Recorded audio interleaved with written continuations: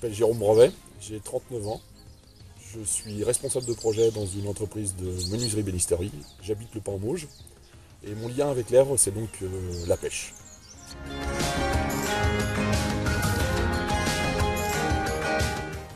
Pour moi, donc la vallée de l'Èvre donc, est liée à la pêche. Et donc pour moi, ce sont des moments, on va dire, le moment où je me ressource le plus et où je peux m'évader, on va dire. C'est le moment à moi.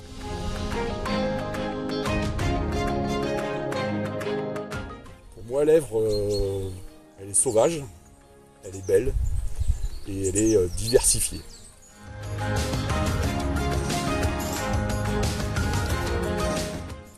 Écoutez, moi, ça fait depuis quelques années que je peux observer, on va dire, que les bases des arbres dans certains secteurs sont rongées.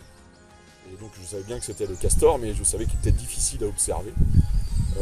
Et un soir, par hasard, donc à la sortie du confinement, j'étais donc installé à pêcher tranquillement, dans un endroit plutôt caché. Et là, donc à 20 mètres de moi, j'ai vu donc ce castor arriver. Il ne me voyait pas, donc forcément il a pu avancer. Et à 5 mètres de moi, forcément il m'a vu. Et là, donc j'ai pu vraiment observer que c'était le castor. Donc, je suis reparti, on va dire bredouille de ma pêche, mais avec de belles images.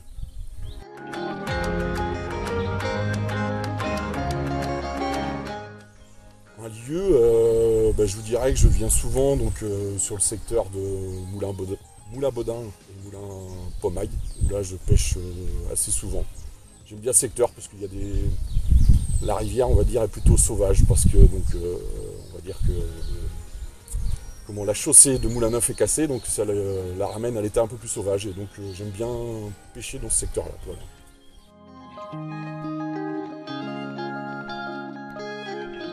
Je lui dirais de ne pas hésiter, à venir découvrir donc, toute cette biodiversité, toute son histoire aussi autour des moulins, et aussi donc, toutes les activités qu'il peut y avoir autour, comme la randonnée, le canoë, le VTT, enfin différentes qui permettent, on va dire, de s'occuper très facilement sur la vallée de l'Èvre.